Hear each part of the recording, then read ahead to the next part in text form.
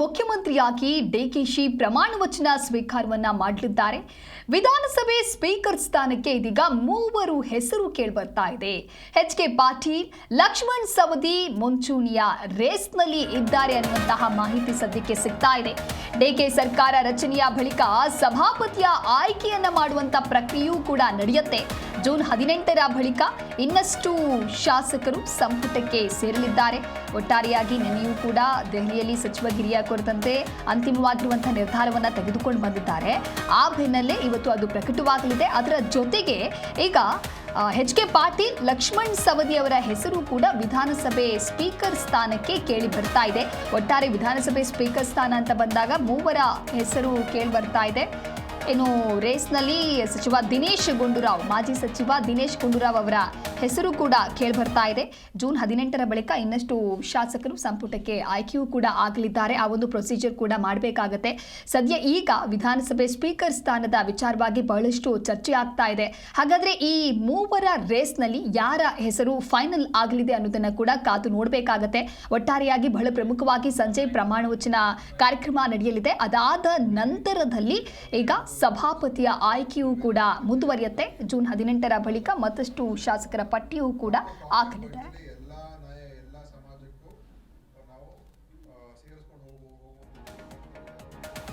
ಈ ಕುರಿತು ಮತ್ತಷ್ಟು ಮಾಹಿತಿಯನ್ನು ನೀಡ್ತಾರೆ ನಮ್ಮ ಪ್ರತಿನಿಧಿ ಅನಂತರಾಮಯ್ಯ ದೂರವಾಣಿ ಸಂಪರ್ಕದಲ್ಲಿ. ಅನಂತರಾಮಯ್ಯ, ಇನ್ನು ಡಿಕೆಶಿ ಪ್ರಮಾಣ ವಚನ ಸ್ವೀಕಾರಕ್ಕೆ ಕ್ಷಣಗಣನೆ ಈಗ ಆರಂಭ ಆಗಿದೆ. ಇನ್ನೊಂದು ಕಡೆ ವಿಧಾನಸಭೆ ಸ್ಪೀಕರ್ ಸ್ಥಾನದ ಹೆಸರು ಕೂಡ ಬಹಳಷ್ಟು ಸೌಂಡ್ ಮಾಡ್ತಾ ಇದೆ. ಯಾರೆಲ್ಲ ಹೆಸರು ಮುಂಚೂಣಿಯಲ್ಲಿದೆ, ಸದ್ಯಕ್ಕೆ ಸಿಗ್ತಾ ಇರುವಂತಹ ಅಪ್ಡೇಟ್ಸ್ ಏನು? ದಿವ್ಯಾ, ಈಗಾಗಲೇ ಡಿ.ಕೆ. ಶಿವಕುಮಾರ್ ಇವತ್ತು ಪ್ರಮಾಣ ವಚನಕ್ಕೆ ಕ್ಷಣಗಣನೆ ಆರಂಭವಾಗಿರುವಂತದ್ದು. ಡಿ.ಕೆ. ಶಿವಕುಮಾರ್ ಅವರ ಜೊತೆಗೆ 15 ಜನ ಸಚಿವರಾಗಿ ಕೂಡ ಪ್ರಮಾಣ ವಚನವನ್ನ ಸ್ವೀಕಾರ ಮಾಡಲಿದ್ದಾರೆ. ಅದರಲ್ಲಿ ಕೆಲವು ಹಿರಿಯರು ಕೂಡ ಇದ್ದಾರೆ, ಮತ್ತೆ ಇನ್ನು ಕೆಲವರು ಹೊಸದಾಗಿನೂ ಕೂಡ ಸೇರ್ಪಡೆ ಆಗಿದ್ದಾರೆ. ಈ ನಡುವೆ ಸ್ಪೀಕರ್ ಯಾರಾಗ್ತಾರೆ ಅನ್ನೋದು ಒಂದು ಕುತೂಹಲ ಆಗಿರುವಂತ ವಿಚಾರ. ಹಾಗೆ ನೋಡಿದಾಗ ನಮಗೆ ಜಿ ಕನ್ನಡಕ್ಕೆ ಬಂದಿರುವಂತಹ ಮಾಹಿತಿ ಪ್ರಕಾರವಾಗಿ ಎಚ್.ಕೆ. ಪಾಟೀಲ್ ಅವರು, ಅದ್ರ ಜೊತೆಗೆ ಲಕ್ಷ್ಮಣ್ ಸವದಿ ಮತ್ತೆ ದಿನೇಶ್ ಗುಂಡೂರಾವ್ ಅವರ ಹೆಸರು ಸ್ಪೀಕರ್ ಸ್ಥಾನಕ್ಕೆ ಕೇಳಿ ಬಂದಿರುವಂತದ್ದು. ಈಗಾಗಲೇ ಹಂಗ್ ನೋಡೋದಾದ್ರೆ ಎಚ್.ಕೆ. ಪಾಟೀಲ್ ಮತ್ತೆ ದಿನೇಶ್ ಗುಂಡೂರಾವ್ ಈಗಾಗ ಕಳೆದ ಬಾರಿ ಅಂದ್ರೆ ಸಿದ್ದರಾಮಯ್ಯನವರ ಕ್ಯಾಬಿನೆಟ್ ನಲ್ಲಿ ಸಚಿವರಾಗಿದ್ದಂತವ್ರು ಕೂಡ. ಬಟ್ ಲಕ್ಷ್ಮಣ್ ಸವದಿ ಅವರು ಮಿನಿಸ್ಟರ್ ಆಗ್ಬಹುದು. ಲಕ್ಷ್ಮಣ್ ಸವದಿ ಅವರಿಗೆ ಮಿನಿಸ್ಟರ್ನ ಕೊಡ್ಬೇಕು ಅನ್ನೋದು ಸಾಕಷ್ಟು ಡಿಮ್ಯಾಂಡ್ ಆ ಭಾಗದ ಜನರ ಲಿಂಗಾಯತ ಕೋಟದಲ್ಲಿ ನಾವು ನೋಡೋದಾದ್ರೆ. ಅದ್ರ ಜೊತೆಗೆ ಲಕ್ಷ್ಮಣ್ ಸವದಿ ಅವರು ಬಿಜೆಪಿಯಿಂದ ಕಾಂಗ್ರೆಸ್ಗೆ ಬಂದಾಗ್ಲೂ ಕೂಡ ಒಂದು ಸಾಕಷ್ಟು ನಿರೀಕ್ಷೆಯನ್ನ ಇಟ್ಕೊಂಡು ಬಂದಿದ್ರು. ಹಾಗಾಗಿ ಲಕ್ಷ್ಮಣ್ ಸವದಿ ಅವರಿಗೆ ಬಹುಶಃ ಅವರು ಕೂಡ ಒಂದು ಲಿಸ್ಟ್ ಅಲ್ಲಿ ಇದ್ದಾರೆ.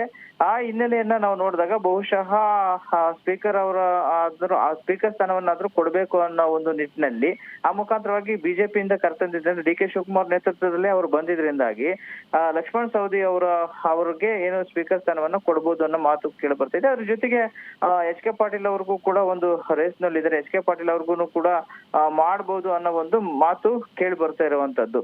ಹಾಗೇನಾದ್ರೂ ಆದ್ರೆ ಬಹುಶಃ ಇವತ್ತು ಸಂಜೆ 4 ಗಂಟೆಗೆ ಡಿ.ಕೆ. ಶಿವಕುಮಾರ್ ಮುಖ್ಯಮಂತ್ರಿ ಆಗ್ತಾರೆ. ಜೊತೆಗೆ ಉಳಿದಂತವರು ಸಚಿವರು 15 ಜನ ಸಚಿವರು ಪ್ರಮಾಣ ವಚನ ಸ್ವೀಕಾರ ಮಾಡಿದ ಬಳಿಕ ಬಹುಶಃ ನಾಳೆ ಒಳಗಾಗಿ ಸ್ಪೀಕರ್ ಕೂಡ ಫೈನಲ್ ಆಗುವಂತಹ ಸಾಧ್ಯತೆ ಇದೆ.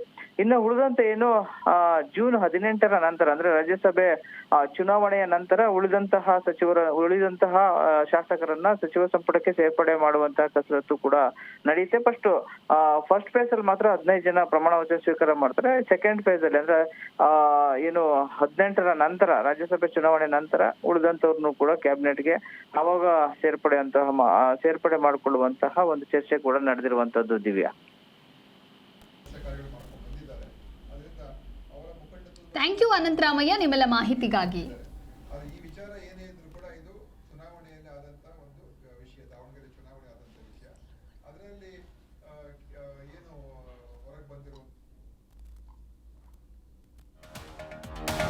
ಇನ್ನು ಡಿಕೆಶಿ ಪಟ್ಟಾಭಿಷೇಕಕ್ಕೆ ಒಂದು ಕಡೆ ಕ್ಷಣಗಣನೆ ಕೂಡ ಶುರುವಾಗಿದೆ. ಹಾಗೆ ಸಂಜೆ ಶುಭ ಗಳಿಗೆಯಲ್ಲಿ ಡಿಕೆಶಿ ಪದಗ್ರಹಣವನ್ನು ಮಾಡ್ತಾರೆ. ಇದೇ ವಿಚಾರವಾಗಿಯೂ ಕೂಡ ಸದ್ಯಕ್ಕೆ ಈಗ ಸುದ್ದಿಗಳು ಬರ್ತಾ ಇದ್ದು, ಅದಾದ ನಂತರದಲ್ಲಿ ಈಗ ವಿಧಾನಸಭೆ ಸ್ಪೀಕರ್ ಸ್ಥಾನಕ್ಕೂ ಕೂಡ ಬಹಳಷ್ಟು ಚರ್ಚೆಗಳಾಗ್ತಾ ಇದೆ. ಅದರಲ್ಲಿ ಮೂವರ ಹೆಸರು ಕೂಡ ಕೇಳಿ ಬರ್ತಾ ಇದೆ. ಒಟ್ಟಾರೆಯಾಗಿ ಮುಂಚೂಣಿಯಲ್ಲಿರುವಂತಹ ಮೂವರ ಹೆಸರಲ್ಲಿ ಯಾವ ಹೆಸರನ್ನು ಆಯ್ಕೆ ಮಾಡ್ತಾರೆ ಕಾದು ನೋಡಬೇಕಿದೆ.